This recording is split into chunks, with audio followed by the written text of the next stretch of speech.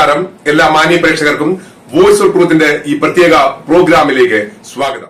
വളരെ വിസ്ഫോടനാപരമായിട്ടുള്ള ഞെട്ടിക്കുന്ന രഹസ്യങ്ങളാണ് ഞങ്ങൾ നിങ്ങളുടെ മുമ്പിലേക്ക് കൊണ്ടുവരുന്നത്. ഇത് വെളിപ്പെടുത്തിയിരിക്കുന്നത് മുൻ പെർമനന്റ് സിനഡാംഗവും ചങ്ങനാശ്ശേരി അതിരൂപതയുടെ മുൻ ആർച്ച് ബിഷപ്പുമായ മാർ ജോസഫ് പെരുന്തോട്ടം പിതാവാണ്. അദ്ദേഹം പറഞ്ഞിരിക്കുന്ന ഈ കാര്യങ്ങൾ അദ്ദേഹം സ്വയമായിട്ട് നേരിട്ട് കണ്ട് കേട്ട് ബോധ്യപ്പെട്ട കാര്യങ്ങളാണ് അദ്ദേഹം വെളിപ്പെടുത്തിയിരിക്കുന്നത്. സത്യത്തിൽ സീറോ മലബാർ സഭയിലെ വിശ്വാസികൾ നേരത്തെ അറിഞ്ഞിരിക്കേണ്ട പല കാര്യങ്ങളും മാർ പാംപ്ലാനിയും മാർ തട്ടിലും പെർമനന്റ് സിനഡിലെ മറ്റു ചില അംഗങ്ങളും ചേർന്ന് പൂഴ്ത്തിവെച്ചു എന്ന് വേണം ഇത് കേൾക്കുമ്പോൾ നമുക്ക് മനസ്സിലാകേണ്ടത്. ഇവിടെ പ്രത്യേകിച്ച് ഇതിനെപ്പറ്റി ഒന്നും പറയാനില്ല. നിങ്ങൾ നേരിട്ട് കേൾക്കുക. മുൻ പെർമനന്റ് സിനഡാംഗം, മുൻ ചങ്ങനാശ്ശേരി അതിരൂപതയുടെ arch bishop Mar Joseph Perumthottam തുറന്നു പറയുന്ന സത്യങ്ങൾ എന്തൊക്കെയാണെന്ന് അദ്ദേഹത്തിൽ നിന്ന് തന്നെ നിങ്ങൾക്ക് നേരിട്ട് കേൾക്കാം. ഇവിടെ പരിശുദ്ധ ബലിയർപ്പണം അർപ്പിക്കാത്തവർക്കും അതിനെതിരെ നിൽക്കുന്നവർക്കുമെതിരെയുള്ള മാർപ്പാപ്പയുടെ ശക്തമായ തീരുമാനമാണ് മാർ ജോസഫ് പെരുന്തോട്ടം പറയുന്നത്. ഇത് സംഭവിച്ച കാര്യങ്ങളാ. മാർപ്പാപ്പ പറഞ്ഞത് ഇങ്ങനെയുള്ളവർ ശീശ്മയിലാണ്, പാഷാണ്ഡതയിലാണ്. അതിനൊരു ഔദ്യോഗിക അറിയിപ്പോ ഓർഡറിന്റെയോ ആവശ്യമില്ല. അവർ സ്വയമേ ശീശ്മയിലും പാഷാണ്ഡതയിലുമാണെന്ന് മാർപ്പാപ്പ പറഞ്ഞിരിക്കുന്നുവെന്നാണ് മാർ ജോസഫ് പെരുന്തോട്ടം പിതാവ് പറയുന്നത്. ഇത് തന്നെയാണ് വോയിസ് ഓഫ് ട്രൂത്ത് കഴിഞ്ഞ കുറെ കാലങ്ങളായിട്ട് പറയുന്നത്. എറണാകുളത്തുള്ള ലോഹ തൊഴിലാളികളും മാർ പാംപ്ലാനിയും അതുപോലെ തന്നെ മാർ ഭരണിക്കുളങ്ങളെ ഉൾപ്പെടെയുള്ളവർ പോലും ശീശ്മയിലും പാഷാണ്ഡതയിലുമാണെന്ന് ഈ ഒരു സർക്കുലർ വഴി അല്ലെങ്കിൽ ഈ ഒരു ഞെട്ടിക്കുന്ന വെളിപ്പെടുത്തൽ വഴി നമുക്ക് മനസ്സിലാകും. കാരണം മാർ ഭരണിക്കുളങ്ങരയും ഫരീദാബാദ് രൂപതയിൽ ഇപ്പോൾ ജനാഭിമുഖ കുർബാനയ്ക്ക് വേണ്ടി ഒരുമ്പെടുന്നു എന്നാണ് അവിടെയുള്ളവർ പറയുന്നത്. അതിന് നിങ്ങൾക്ക് സ്ക്രീനിൽ കാണാം ഈ ഒരു ഫോട്ടോ. ഇത് ശരിയാണോ, കൃത്യമായിട്ടുള്ളതാണോ എന്ന് ഞങ്ങൾ സ്ഥിരീകരിക്കുന്നില്ല. എങ്കിലും ഇത് ശരിയാണെങ്കിൽ അവിടെയും ജനാഭിമുഖ കുർബാന ചൊല്ലുവാനുള്ള ത്വര മാർ കുര്യാക്കോസ് ഭരണിക്കുളങ്ങരയ്ക്കുണ്ടോ എന്ന് സംശയിക്കുന്നു. അങ്ങനെയെങ്കിൽ അദ്ദേഹവും ഇതേ ശീശ്മയിൽ പെട്ടിരിക്കുന്നു എന്നുള്ളതാണ് സത്യം. അങ്ങനെ ആണെങ്കിൽ മാത്രം, ഇത് ഞങ്ങൾ സ്ഥിരീകരിക്കുന്ന വാർത്തയല്ല. ഇവിടെ മാർ കുര്യാക്കോസ് ഭരണിക്കുളങ്ങരയുമായി ബന്ധപ്പെട്ട കാര്യത്തില് അദ്ദേഹവുമായിട്ട് വാട്സപ്പ് ചാറ്റ് വഴി സംസാരിച്ച രീതിയിൽ അദ്ദേഹം ഇതിന് പറഞ്ഞ മറുപടി ഇപ്പോൾ നിങ്ങൾ സ്ക്രീനിൽ കാണുന്ന ഈ ചിത്രത്തിന്റെ മറുപടിയായിട്ട് അദ്ദേഹം പറഞ്ഞത്, യാതൊരു കാരണവശാലും ഫരീദാബാദ് രൂപതയില് സമവായ ബലിയർപ്പണം നടക്കില്ല, അങ്ങനെയല്ല നടക്കുന്നത്. ഇവിടെ 100% സിനഡൽ ബലിയർപ്പണം തന്നെയാണെന്ന് അദ്ദേഹം എഴുതി തന്നിരിക്കുന്ന വാട്സപ്പ് ചാറ്റാണ് നിങ്ങളുടെ മുൻപിൽ. അപ്പൊ അതായത് ഈ ഇങ്ങനെ ഒരു ചിത്രം പ്രചരിപ്പിച്ചത് ഒരു പ്രൊപ്പഗണ്ടയുടെ ഭാഗമായിട്ട് വേണമെന്ന് കരുതാം. കാരണം അദ്ദേഹം തന്നെ പറയുന്നു, ഇവിടെ ഫരീദാബാദ് അതിരൂപതയില് ഒരു കാരണവശാലും സമവായ ബലിയർപ്പണമല്ല, 100% സിനഡൽ ബലിയർപ്പണമാണ് എന്ന് അദ്ദേഹം വാട്സപ്പ് ചാറ്റിൽ മറുപടി കൊടുത്തിരിക്കുന്ന ഭാഗമാണ് നിങ്ങളുടെ സ്ക്രീനിലുള്ളത്. അപ്പോൾ അത് അവിടെ അടഞ്ഞ അധ്യായമായി മാറിയിരിക്കുന്നു. എന്നാൽ പാംപ്ലാനിയും മറ്റ് ചില മെത്രാന്മാരും ശീശ്മയിലാണ് എന്ന് മാർപ്പാപ്പയുടെ ഈ തീരുമാനം അറിയിക്കുന്നു. കാരണം ഏകീകൃത ബലിയർപ്പണമല്ലാത്ത ഒന്നും വത്തിക്കാൻ അംഗീകരിക്കുകയില്ല എന്ന് സ്പഷ്ടമായി പറഞ്ഞിരിക്കുന്ന സ്ഥിതിക്ക് സമവായ കുർബാന കൊണ്ടുവരുന്നത് വഴി മാർ പാംപ്ലാനി ചെയ്തത് സ്വയമേ ശീശ്മയിൽ അകപ്പെട്ടതാ. അപ്പോൾ ശീശ്മയിൽ അകപ്പെട്ട ഈ പാംപ്ലാനിയെയും എറണാകുളത്തുള്ള ലോഹ തൊഴിലാളികളെയും സഭയിൽ നിന്ന് പുറത്താക്കാത്ത സിനഡ് അപ്പോൾ ശീശ്മയിൽ അല്ലേ എന്നൊരു ചോദ്യം വരും. ഇവിടെ സഭയ്ക്കെതിരെ നിന്നവർ, സഭയെ തകർക്കാൻ ശ്രമിച്ചവർ, സഭയുടെ അഡ്മിനിസ്ട്രേറ്ററെ കാല് തല്ലി ഒടിക്കുമെന്ന് പറഞ്ഞവർ, മാർപ്പാപ്പയുടെ പ്രതിനിധിയുടെയും മേജർ ആർച്ച് ബിഷപ്പിന്റെയും കോലം കത്തിച്ചവർ, മാർപ്പാപ്പയുടെ പ്രത്യേക പ്രതിനിധിക്കെതിരെ കുപ്പി കൊണ്ടെറിഞ്ഞവർ, വൈദികരെ അൾത്താരയിൽ നിന്ന് ചുരുട്ടിക്കൂട്ടി വാരി പുറത്തേക്കെറിഞ്ഞവർ, അരമന ആക്രമിച്ചു കടന്ന 21 ലോഹ തൊഴിലാളികൾ, ഇവർക്കൊന്നുമെതിരെ നടപടിയെടുക്കാത്ത വെറും വിട്ടി കൂശ്മാണ്ഡങ്ങളാണോ സിനഡും പെർമനന്റ് സിനഡും എന്ന് വിശ്വാസികൾ ചോദിക്കുന്നു. കാരണം ഇത് ചെയ്യണമെന്ന് മാർപ്പാപ്പ പ്രത്യേകം പറഞ്ഞിട്ടുണ്ട്, ഹോളി സീ പറഞ്ഞിട്ടുണ്ട്, പൗരസ്ത്യ തിരുസംഘം പറഞ്ഞിട്ടുണ്ട്. ഇതെല്ലാം ഞങ്ങൾ അനുസരിച്ചു കൊള്ളാമെന്ന് മാർ തട്ടിലും അദ്ദേഹത്തിന്റെ പെർമനന്റ് സിനഡും വാക്ക് കൊടുത്തിട്ട് വന്നതാണ്. അവർ അതിന് സർക്കുലർ ഇറക്കി. വെറുതെ കുറച്ച് സർക്കുലർ ഇറക്കിയത് കൊണ്ട് എന്ത് കാര്യം? നടപടിയെടുക്കാത്തവർ ശീശ്മയിലല്ലേ? അങ്ങനെ വരുമ്പോൾ എറണാകുളം അതിരൂപതയിൽ ഇപ്പോൾ നടക്കുന്ന 99% ബലിയർപ്പണം എന്നുള്ള നാടകങ്ങളൊക്കെ സീസ്മയിലാണ്. ആ ബലിയർപ്പണങ്ങൾ കൊണ്ട് യാതൊരു പ്രയോജനമോ ഇല്ല എന്ന് മാർപ്പാപ്പ അസന്നിഗ്ധമായി പറഞ്ഞിരിക്കുന്നുവെന്നാണ് മാർ പെരുന്തോട്ടത്തിന്റെ വാക്കുകളിൽ നിന്ന് നമുക്ക് മനസ്സിലാകുന്നത്. അപ്പോൾ അവിടെയുള്ള വിശ്വാസികൾ ചിന്തിക്കുക, നിങ്ങൾ കത്തോലിക്ക സഭയോടൊപ്പമാണോ സീസ്മയിലാണോ? നിങ്ങളുടെ മുൻപിൽ നിൽക്കുന്ന ലോഹയിട്ട വൈദിക തൊഴിലാളികൾ ശരിക്കും പാഷാണ്ഡതയിൽപ്പെട്ടവരാ, സീസ്മയിൽപ്പെട്ടവരാ? അവർ ചെയ്യുന്ന ഒരു കൂദാശകളും സഭയുടെ കൂദാശകളല്ല എന്ന് മാർപ്പാപ്പയുടെ വാക്കുകൾ ഉദ്ധരിച്ചുകൊണ്ട് മാർ പെരുന്തോട്ടം പറയുമ്പോൾ നിങ്ങൾ എന്ത് വിശ്വസിക്കണം, എന്ത് ചെയ്യണമെന്ന് സ്വയം തീരുമാനിക്കുക. മാർ പാംപ്ലാനിയെയും അതുപോലെയുള്ള മെത്രാന്മാരെയും സഭയിൽ നിന്ന് പുറത്താക്കുവാനുള്ള ആർജവം കത്തോലിക്ക സഭയ്ക്കും ഉണ്ടാകണം. അവരെ ബഹിഷ്കരിക്കുവാനുള്ള ആർജവം വിശ്വാസികൾക്കും ഉണ്ടാകണം. ഏതായാലും മാർ പെരുന്തോട്ടം പറയുന്ന വാക്കുകൾ നമുക്ക് നേരിട്ട് കേൾക്കാം. ഈ ഞെട്ടിക്കുന്ന രഹസ്യങ്ങൾ ശരിക്കും സീറോ മലബാർ സഭ പൂഴ്ത്തി വെച്ചിരിക്കുകയായിരുന്നു. ഇപ്പോൾ മുൻപോട്ട് വന്ന് ഇത് പറയുവാൻ ആർജവം കാണിച്ച മാർ ജോസഫ് പെരുന്തോട്ടം പിതാവിന് നന്ദി അർപ്പിച്ചുകൊണ്ട് നമുക്ക് അദ്ദേഹത്തിന്റെ വാക്കുകളിലേക്ക് പോകാം. നന്ദി, നമസ്കാരം. വളരെ പ്രധാനപ്പെട്ട ചില തീരുമാനങ്ങളും സംഭവങ്ങളും നടക്കുന്ന ഒരു കാലയളവാണിത്.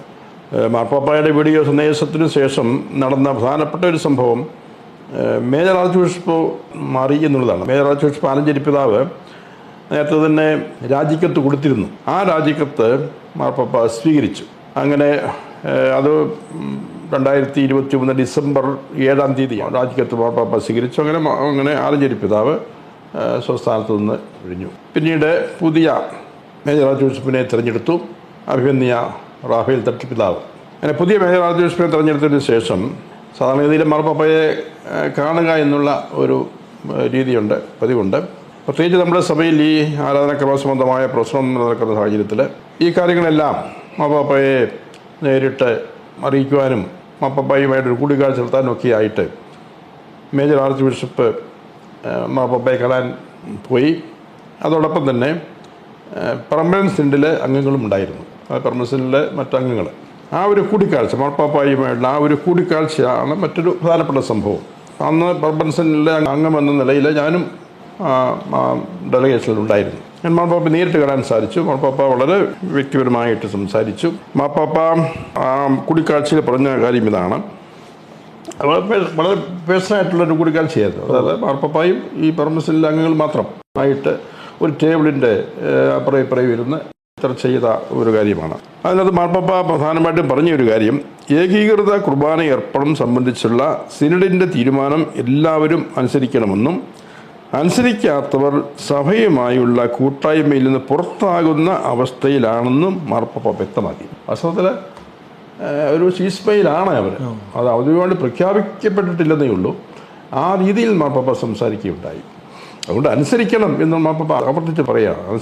അനുസരിക്കുന്നില്ലെങ്കിൽ സഭയ്ക്ക് പുറത്താണ് എന്നുള്ള രീതിയിലാണ് മാർപ്പാപ്പ സംസാരിച്ചത്. അതുകൊണ്ട് നിങ്ങൾ അതനുസരിപ്പിക്കണം, ആ രീതിയിൽ മുന്നോട്ട് പോകണം, പ്രവർത്തിക്കണം, നടപടികൾ ഉണ്ടാകണമെന്നാണ് മാർപ്പാപ്പ അന്ന് സംസാരിച്ചത്.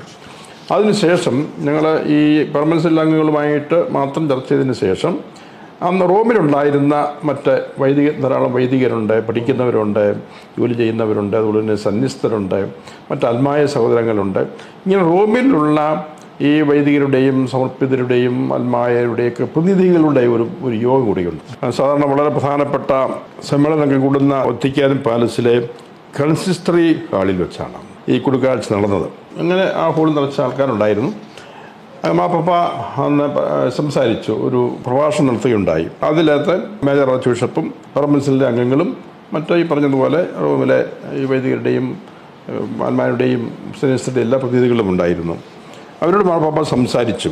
ആ പ്രഭാഷണത്തിൽ പറഞ്ഞ പ്രധാനപ്പെട്ട ചില കാര്യങ്ങൾ, പല കാര്യങ്ങളും മാർപ്പാപ്പ പറയുണ്ടായി. പക്ഷേ അതിൽ ഏറ്റവും പ്രധാനപ്പെട്ട ചില കാര്യങ്ങൾ, അതായത് ഈ കുർബാനക്രമവുമായിട്ട് ബന്ധപ്പെട്ട് മാർപ്പാപ്പ പറഞ്ഞ പ്രധാനപ്പെട്ട കാര്യങ്ങൾ മാത്രം ഞാനിവിടെ സൂചിപ്പിക്കുകയാണ്. ആദ്യം മാർപ്പാപ്പ പറയുന്നത്, നിങ്ങൾ അനുസരണമുള്ളവരാണ്, പക്ഷേ അനുസരണം എവിടെയുണ്ടോ അവിടെ സഭയുണ്ട് എന്ന് മാർപ്പാപ്പ പറഞ്ഞു. അനുസരണമില്ലായ്മ എവിടെയുണ്ടോ അവിടെ ശീസ്മയുണ്ട് എന്ന് മാർപ്പാപ്പ പറയും. അപ്പോൾ മാർപ്പാപ്പയുടെ മനസ്സിൽ ആ ശീസ്മ, അതായത് അനുസരിക്കാതിരിക്കുക, അനൈക്യം എന്ന് പറയുന്നത് വളരെ ഗൗരവമായ ഒരു നിലപാടായിട്ടാണ് മാർപ്പാപ്പ കാണുന്നത്. ഇവിടെ അത് ആവർത്തിച്ച് പറയുകയാണ്. അപ്പോൾ അനുസരിക്കാതിരിക്കുക എന്നൊരു ശീസ്മ ആണത്.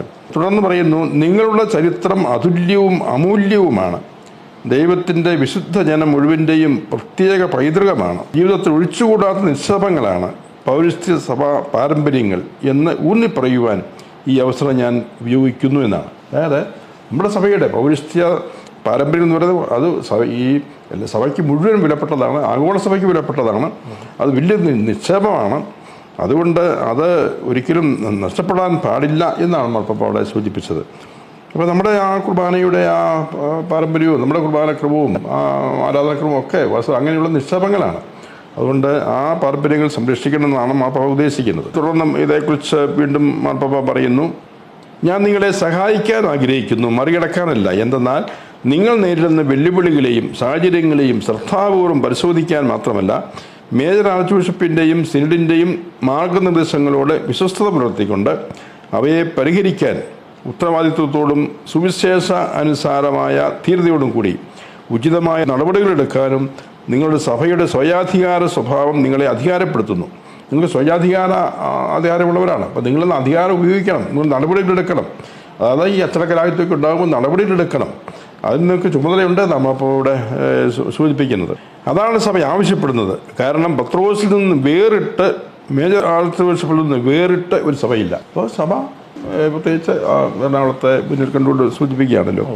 തുടർന്ന് പറയുന്നു, ഐക്യം സംരക്ഷിക്കുക എന്നത് വെറുമൊരു പുണ്യോപദേശമല്ല, ഒരു ചുമതലയാണ്.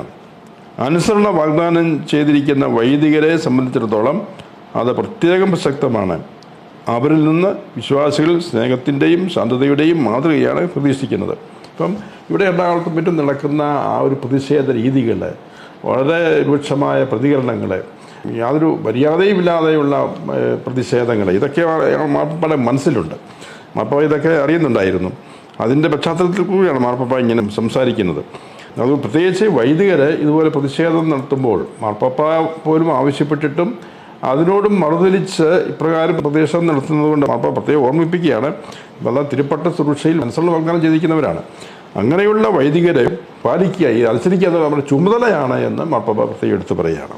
വീണ്ടും പാലിക്കുക പറയുന്നു, സ്നേഹത്തിൻ്റെയും ഐക്യത്തിൻ്റെയും കൂദാശയായ പരിശുദ്ധ ദിവ്യകാരുണ്യത്തോട് ഗുരുതരമായ അനാദരവ് കാണിക്കുന്നത് നമ്മുടെ ഇടയിൽ കർത്താവിൻ്റെ സാന്നിധ്യത്തിൻ്റെ പരമകാഷ്ഠയായ പരിശുദ്ധ കുർബാന അർപ്പണം എങ്ങനെയായിരിക്കണമെന്നതിനെക്കുറിച്ച് തർക്കിക്കുന്നത് ക്രിസ്തീയ വിശ്വാസവുമായി ചേർന്ന് പോകുന്നതല്ല. അപ്പോൾ ഈ കുർബാന വെറുതെ ഇങ്ങനെ ചർച്ചാവിഷയമാക്കരുത്. കുർബാന ഏറ്റവും പരിശുദ്ധമായ ഒരു ദിവ്യ രഹസ്യമാണ് പരിശുദ്ധ കുർബാന. അതിങ്ങനെ കവലകളിലും എല്ലായിടത്തും ചർച്ചാവിഷയമാകുന്നതും അതിനെ വിമർശിക്കുന്നതും അതിനെ അവഹേളിക്കുന്നതുമൊക്കെ വലിയ തെറ്റാണെന്ന് മാർപ്പാപ്പ ഇവിടെ സൂചിപ്പിക്കുകയാണ്. മാർപ്പാപ്പയുടെ വളരെ ഹൃദ്യവും അതേസമയം വളരെ ഗൗരവമേറിയതുമായ ഉപദേശമാണ് മാർപ്പാപ്പ ഈ തൻ്റെ പ്രഭാഷണത്തിൽ നൽകി. മാർപ്പാപ്പയുമായുള്ള പെർമനൻസിൻ്റെയും പിന്നെ റോമിലെ പ്രതിനിധികളുടെയും എല്ലാം ഈ കൂടിക്കാഴ്ച നടന്നത് 2024 മെയ് മാസം 13-ാം തീയതിയാണ്. പെർമനൻസിൻ്റുമായിട്ട് കൂടിക്കാഴ്ച നടന്നു. ഉടനെ തന്നെ താമസിയാതെ തന്നെ മറ്റുള്ളവരുമായിട്ട് ഉള്ള കൂടിക്കാഴ്ച നടന്നു. അങ്ങനെ 13-ാം തീയതി ഉച്ചയ്ക്ക് മുമ്പുള്ള മീറ്റിംഗ് ആയിരുന്നു. അത് മേയർ ആർച്ച് ബിഷപ്പ് ആദ്യമായിട്ടാണല്ലോ മേയർ ആർച്ച് ബിഷപ്പ് അതിന് ശേഷം റോയിലെത്തുന്നത്. അതുകൊണ്ട് ബന്ധപ്പെട്ട മറ്റ് സഭാധികാരികളെയും മറ്റ് ഡിക്കാസ്ട്രികളിലുള്ള തലവന്മാരെയും കടയുണ്ടായി. അതിൽ പ്രത്യേകിച്ച് നമ്മുടെ ഈ ലിറ്റർജി വിഷയമുള്ളത് കൊണ്ട് പൗരസ്ത്യ സഭാ കാര്യാലയത്തിൻ്റെ പ്രിഫെക്റ്റും അതിൻ്റെ സെക്രട്ടറി പിതാവും അതുപോലെ തന്നെ സ്റ്റേറ്റ് സെക്രട്ടറി ഏറ്റവും ഉന്നത അധികാരിയാണല്ലോ മാർപ്പാപ്പ കഴിഞ്ഞാൽ മാർപ്പാപ്പയ്ക്ക് വേണ്ടിയുള്ള സ്റ്റേറ്റ് സെക്രട്ടറി പിയത്രോ പരോളിൻ അദ്ദേഹവുമായിട്ട് ഉള്ള ഒരു കൂടിക്കാഴ്ച നടക്കുകയുണ്ടായി. ചർച്ച ചെയ്യുകയാണ്. ഈ വിഷയം തന്നെയാണ് അവർ ചർച്ച ചെയ്തത്. ദീർഘമായി ചർച്ച ചെയ്തു, വിശദമായിട്ട് ചർച്ച ചെയ്തു. ആ ചർച്ചയിൽ ഇതിനിടയ്ക്ക് നമ്മുടെ പഴയ അഡ്മിനിസ്ട്രേറ്റർ ആൻഡ്രൂസാവ് മാറിയിരുന്നു. ബോസ്കോ പിതാവാണ് പുതിയ അഡ്മിനിസ്ട്രേറ്ററായിട്ട് നിയമിക്കപ്പെട്ടത്. ബോസ്കോ പിതാവും ഈ സമ്മേളനത്തിൽ ഈ കൂടിക്കാഴ്ചയിലുണ്ടായിരുന്നു. അങ്ങനെ ഒരു ചർച്ച ഇതേക്കുറിച്ച് നടക്കുകയുണ്ടായി. ഇത് നടന്നത് 2024 മെയ് മാസം 15-ാം തീയതിയാണ്. മാർപ്പാപ്പയുമുള്ള കൂടിക്കാഴ്ച കഴിഞ്ഞ് 2 ദിവസം കഴിഞ്ഞ് മെയ് 15-ാം തീയതിയാണ് ഈ കൂടിക്കാഴ്ച നടക്കുന്നത്.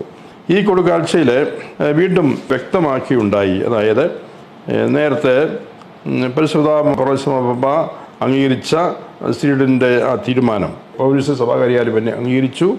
അത് മാർപ്പാപ്പ അംഗീകരിച്ചു. ആ തീരുമാനത്തിൽ ഉറച്ചു നിൽക്കുന്നതായി സമ്മേളനം വ്യക്തമാക്കി. ഈ സമ്മേളനം തന്നെയാണ് ഉറച്ചു നിൽക്കുന്നതായിട്ട്. ഇനി ഏകീകൃത കുർബാന അർപ്പണം ഇനിയും നടപ്പിലാക്കാത്തവർ 2024 ജൂലൈ 3 മുതൽ നടപ്പിലാക്കിയിരിക്കണമെന്നും നടപ്പിലാക്കാൻ തയ്യാറാകാത്തവർക്കെതിരെ അച്ചടക്ക നടപടികൾ സ്വീകരിക്കണമെന്നും നിശ്ചയിച്ചു. അപ്പോൾ ഈ സമിതിയിൽ എടുത്ത തീരുമാനമാണ്. വാസ്തവത്തിൽ അത് ഏറ്റവും ഉന്നതമായ ഒരു സമിതി. അപ്പോൾ ഈ ആണ് ഒരു അപ്പക്സ് ബോഡിയാണ് നമ്മുടെ ഈ കാര്യത്തെ ഒരു തീരുമാനം എടുക്കാൻ ഒരു അപ്പക്സ് ബോഡിയാണ്. ആ അപ്പക്സ് ബോഡി എടുത്ത തീരുമാനം ഇതാണ്. അത് വീണ്ടും ഒരു അവസരം നൽകുകയാണ്. ഇപ്പം പല പ്രാവശ്യം ഈ കാലാവധി വെച്ച് ഇന്ന ഡേറ്റിനുള്ളിൽ നടപ്പിലാക്കണം. പക്ഷേ അവസാനമായി ഈ അവസരത്തിൽ വീണ്ടും അല്പം കൂടി അവകാശം കൊടുത്തുകൊണ്ട് 2024 ജൂലൈ 3 മുതൽ ഇത് നടപ്പിലാക്കണം എന്നുള്ള ഒരു തീരുമാനമെടുക്കുകയും അതിന് തയ്യാറാകാത്തവരെക്കെതിരെ അച്ചടക്ക നടപടികൾ സ്വീകരിക്കണമെന്നും ഈ സമിതിയിലാണ് തീരുമാനം എടുത്തത്. വാസ്തവത്തിൽ ഈ ഒരു കൂടിക്കാഴ്ച റോമിലെ ഈ മാപ്പപ്പായുമായിട്ടും ഉന്നത അധികാരികളുമായിട്ടുള്ള കൂടിക്കാഴ്ച നമ്മൾ സഭയെ സംബന്ധിച്ച് അതിനോട് ക്രിയാത്മകമായി പ്രതികരിക്കുകയാണെങ്കിൽ നമ്മുടെ സഭയുടെ പ്രശ്നങ്ങളെല്ലാം തീർക്കാനും മുന്നോട്ട് പോകാനും ഒക്കെ വലിയൊരു അവസരമായിരുന്നു. അത്രമാത്രം പരിശുദ്ധ സിംഹാസനം നമ്മുടെ സഭയുടെ കാര്യത്തിൽ താല്പര്യം കാണിക്കുന്നു, ഇടപെടുന്നു, നല്ല തീരുമാനങ്ങൾ സ്വീകരിക്കുന്നു, നമ്മളെ ചെയ്യേണ്ടത് എന്താണെന്ന് വ്യക്തമായിട്ട് പറഞ്ഞു തരുന്നു. അങ്ങനെ നല്ലൊരു ദിശാബോധം നമുക്ക് നൽകുന്നുണ്ട്. പ്രത്യേകിച്ച് ഈ ഒരു പ്രതിസന്ധിയിൽ എന്താണ് ചെയ്യേണ്ടത് എന്നതിനെക്കുറിച്ച് വളരെ വ്യക്തമായിട്ട് പറയുന്നുണ്ട്. പക്ഷേ ചെയ്യേണ്ടത് നമ്മളാണ്. കാരണം നമ്മൾ സ്വയാധികാര സഭയാണ്, ഒരു സിനഡൽ ചർച്ചാണ്. അതുകൊണ്ട് പക്ഷേ ഹോളീസി അതിനുള്ള നിർദ്ദേശങ്ങൾ നൽകുന്നു, മാർഗ്ഗനിർദ്ദേശം നൽകുന്നു. ചെയ്യേണ്ടത് നമ്മൾ തെറ്റിപ്പോകുമ്പോൾ തിരുത്തി തരുന്നു. പക്ഷെ അത് പ്രാവർത്തികമായിട്ടുള്ള തീരുമാനം നമുക്കാണ്, നമ്മുടെ സഭയ്ക്കാണുള്ളത്. നമുക്ക് അതിനുള്ള അധികാരമുണ്ട്. അവിടെയാണ് നമ്മൾ പലപ്പോഴും പരാജയപ്പെട്ടു പോകുന്നത്. പ്രാവർത്തികമാക്കുന്നതിൽ നമ്മൾ പരാജയപ്പെടുത്തുന്നതാണ്. ഏതായാലും ഇങ്ങനെയുള്ള ഒരു അന്തിമമായ ഒരു നിർദ്ദേശമാണ് റോമിൽ നിന്ന് പരിസംവാസം നൽകിയിട്ടുള്ളത്. റോമിലെ ഈ കൂടിക്കാഴ്ച വാസ്തവത്തിൽ ശക്തി പറഞ്ഞ ഒന്നാണ്. നടപടികൾ എടുക്കുവാൻ ഉള്ള ഒരു ശക്തി, ഒരു ആത്മധൈര്യം, ആത്മവിശ്വാസം പകർന്ന ഒരു കൂടിക്കാഴ്ചയായിരുന്നു അത്. അതനുസരിച്ച് അവിടെ ഉടനെ തന്നെ അതിനോട് പ്രതികരിക്കുവാൻ തീരുമാനിച്ചു. മേജർ ആർച്ച് ബിഷപ്പും അതുപോലെ തന്നെ അഡ്മിനിസ്ട്രേറ്ററും ഒക്കെ ഒരുമിച്ച് ചേർന്ന് പെർമനൻസിൽ അംഗങ്ങളും ഉണ്ടായിരുന്നല്ലോ. അതിൻ്റെ തുടർ നടപടികൾ സ്വീകരിക്കാനുള്ള ഒരു തീരുമാനത്തിലേക്കാണ് വന്നത്. അതനുസരിച്ച് ഇങ്ങനെയുള്ള നടപടികളാണ് എടുക്കേണ്ടത്. അതെല്ലാം വ്യക്തമാക്കിക്കൊണ്ട് ഒരു സർക്കുലർ മേജർ ആർച്ച് ബിഷപ്പ് തട്ടിൽ പിതാവും അഡ്മിനിസ്ട്രേറ്റർ ബോസ്കോ പിതാവും സംയുക്തമായിട്ട് തയ്യാറാക്കി അയക്കുകയുണ്ടായി. ആ സർക്കുലർ അത് അയച്ചത് 2024 ജൂൺ 9 അത് മെയ് 15 റോമിലെ കൂടിക്കാഴ്ച അവസാനിക്കുന്നത്. താമസിയാതെ തന്നെ ജൂൺ 9 ഒരു സർക്കുലർ എറണാകുളം അങ്കമാലി അതിരൂപതയ്ക്ക് വേണ്ടി അയക്കുകയാണ് ചെയ്തത്. ആ സർക്കുലർ വാസ്തവത്തിൽ വളരെ പ്രധാനപ്പെട്ട ഒരു സർക്കുലറാണ്. വളരെ വ്യക്തമായിട്ടും കർക്കശത്തോടു കൂടിയും ഇന്ന കാര്യങ്ങൾ ചെയ്യണമെന്ന് നിർണയിച്ച അത് വ്യക്തമാക്കുന്ന ഒരു സർക്കുലറാണ് വാസ്തവത്തിൽ. ഈ സർക്കുലർ വളരെ പ്രധാനപ്പെട്ട ഒന്നാണ്. അതിൻ്റെ ഉള്ളടക്കം സർക്കുലറിലെ പ്രധാനപ്പെട്ട ചില കാര്യങ്ങൾ ഇവിടെ സൂചിപ്പിക്കാം. നമ്മുടെ സഭയിൽ സമീപകാലത്ത് ആരാധനാക്രമ സംബന്ധമായി ഉയർന്നു വന്ന ഭിന്ന സ്വരങ്ങളെക്കുറിച്ച് മാർപ്പാപ്പ സൂചിപ്പിക്കുകയുണ്ടായി.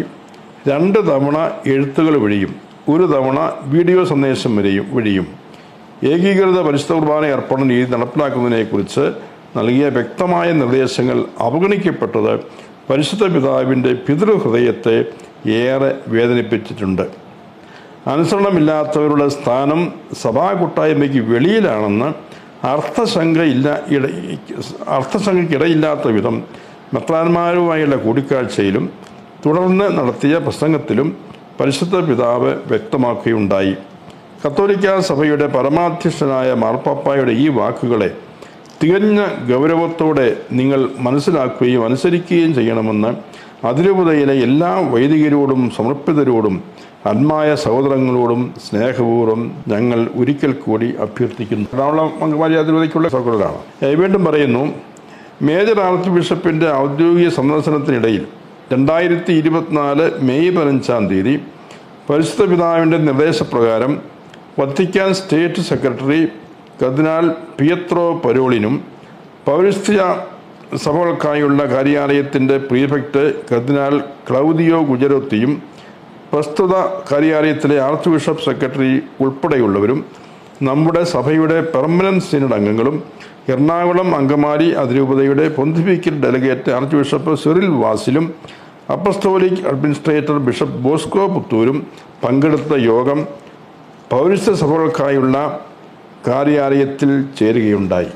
എറണാകുളം അങ്കമാലി അതിരൂപതയിൽ ഇപ്പോൾ നിലനിൽക്കുന്ന പ്രതിസന്ധി വിശകലനം ചെയ്തതിനു ശേഷം സഭയുടെ ഉന്നത അധികാരികൾ ഈ യോഗത്തിൽ എടുത്ത വ്യക്തമായ തീരുമാനങ്ങൾ നടപ്പിൽ വരുത്തുന്നതിന് വേണ്ടി ഞങ്ങൾ നിങ്ങളെ അറിയിക്കുന്നു.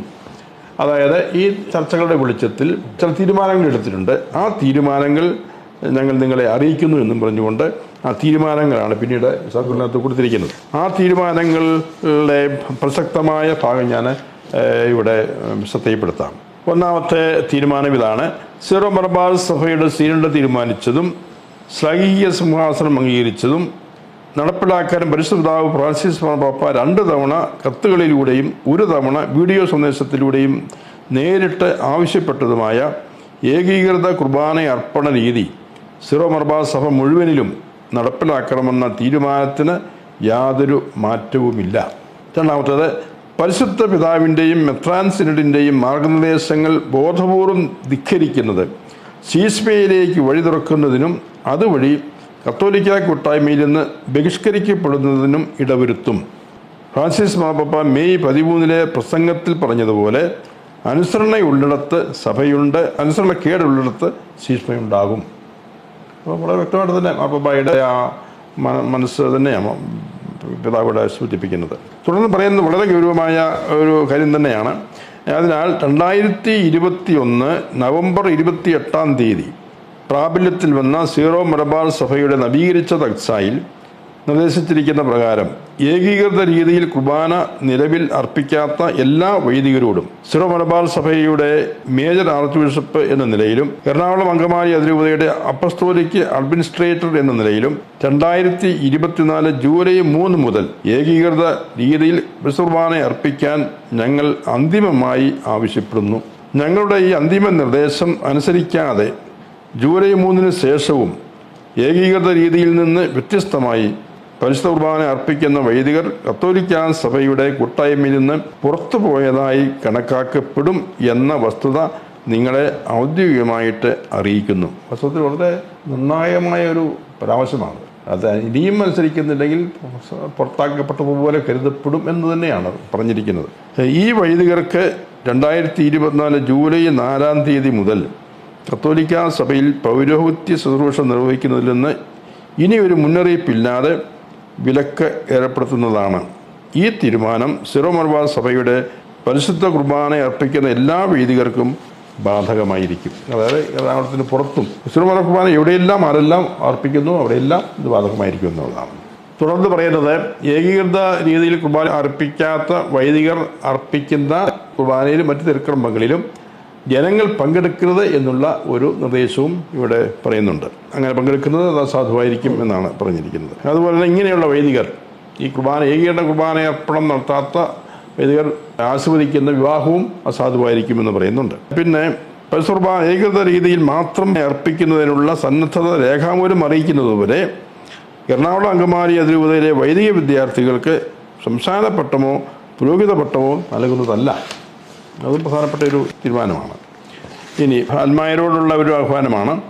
കത്തോലിക്ക സഭയിൽ നിന്ന് അകന്നു മാറാനും വിഭാഗീയതയുടെ വിത്തുകൾ വിതയ്ക്കാനും നിക്ഷിപ്ത താല്പര്യക്കാർ നടത്തുന്ന പരിശ്രമങ്ങളെയും സാമൂഹിക മാധ്യമങ്ങളിലൂടെ നടത്തുന്ന നുണപ്രചരണങ്ങളെയും വിവേകത്തിലും കൂട്ടായ്മയിലും ക്രൈസ്തവ മാർഗങ്ങളിലും നേരിടാൻ അതിരൂപതയിലെ പ്രബുദ്ധരായ ആത്മായ സമൂഹത്തിന് പ്രത്യേകമായ കടമയുണ്ട്. തുടർന്ന് പരിശുദ്ധ പിതാവിനെയും സിനഡിനെയും അനുസരിക്കാത്ത നേതൃത്വ നിലയിലുണ്ടായിരുന്ന ഏതാനും വൈദികരും അൽമായരും സ്വീകരിച്ച സഭാപരമല്ലാത്തതും യുക്തിരഹിതവുമായ കടുംപിടുത്തവും ഒരിക്കലും അംഗീകരിക്കാനാവാത്ത സമരമുറകളും ദുഷ്പ്രചരണങ്ങളുമാണ് ഈ വിഷയത്തെ ഇത്രമാത്രം സങ്കീർണമാക്കിയത്. സഭാ സംവിധാനത്തെയും സഭാ അധികാരികളെയും വെല്ലുവിളിച്ചുകൊണ്ടും സഭാപരമായ അച്ചടക്കം പാലിക്കാതെയും കത്തോലിക്ക സഭാ കൂട്ടായ്മയിൽ തുടരാൻ ഇനി ആരെയും അനുവദിക്കുകയില്ല. ഈ രീതിയിൽ വളരെ കർശനമായ മുന്നറിയിപ്പുകളും ആഹ്വാനങ്ങളും ഒക്കെയാണ് വാസ്തവത്തിൽ ഈ സർക്കുലറിലൂടെ നൽകപ്പെട്ടിട്ടുള്ളത്. അതുകൊണ്ട് അവസാനമായിട്ട് സർക്കുലർ അവസാനിക്കുന്നത് ഇങ്ങനെയാണ്: നമ്മുടെ അമ്മയായ കത്തോലിക്ക സഭയോടും സഭയുടെ തലവനായ പരിശുദ്ധ പിതാവിനോടും സീറോ മലബാർ സഭയുടെ മെത്രാൻ സിനഡിനോടും സഹസ്രാബ്ദങ്ങളിലൂടെ രൂപപ്പെട്ട നമ്മുടെ കത്തോലിക്ക പൈതൃകത്തോടും നിങ്ങളെല്ലാവരും ചേർന്ന് നിൽക്കണമെന്ന് ദൈവനാമത്തിൽ ഞങ്ങൾ അഭ്യർത്ഥിക്കുകയും ചെയ്യുന്നു. ഇപ്രകാരം വളരെ വ്യക്തവും ശക്തവുമായ ഒരു സർക്കുലറാണ് മേജർ ആർച്ച് ബിഷപ്പും നമ്മുടെ സീറോ മലബാർ സഭയുടെ അപ്പസ്തോലിക് അഡ്മിനിസ്ട്രേറ്റർ ബോസ്കോ പുത്തൂർ പിതാവും ചേർന്ന് പുറപ്പെടുവിച്ചിരിക്കുന്നത്. നിങ്ങൾ ഇതുവരെ കണ്ടുകൊണ്ടിരുന്നത് വോയിസ് ഓഫ് ട്രൂത്ത്. ഈ ചാനൽ സബ്സ്ക്രൈബ് ചെയ്യാത്തവർ ചാനൽ സബ്സ്ക്രൈബ് ചെയ്യുക, ഷെയർ ചെയ്യുക. നിങ്ങൾ ഈ കാണുന്ന പരിപാടികൾ, പ്രോഗ്രാമുകൾ മറ്റുള്ളവരോട് കാണുവാൻ, അങ്ങനെ വോയിസ് ഓഫ് ട്രൂത്ത് എല്ലാവരിലേക്കും എത്തുവാൻ പ്രോഗ്രാം ഷെയർ ചെയ്യുക, ലൈക്ക് ചെയ്യുക. നന്ദി, നമസ്കാരം.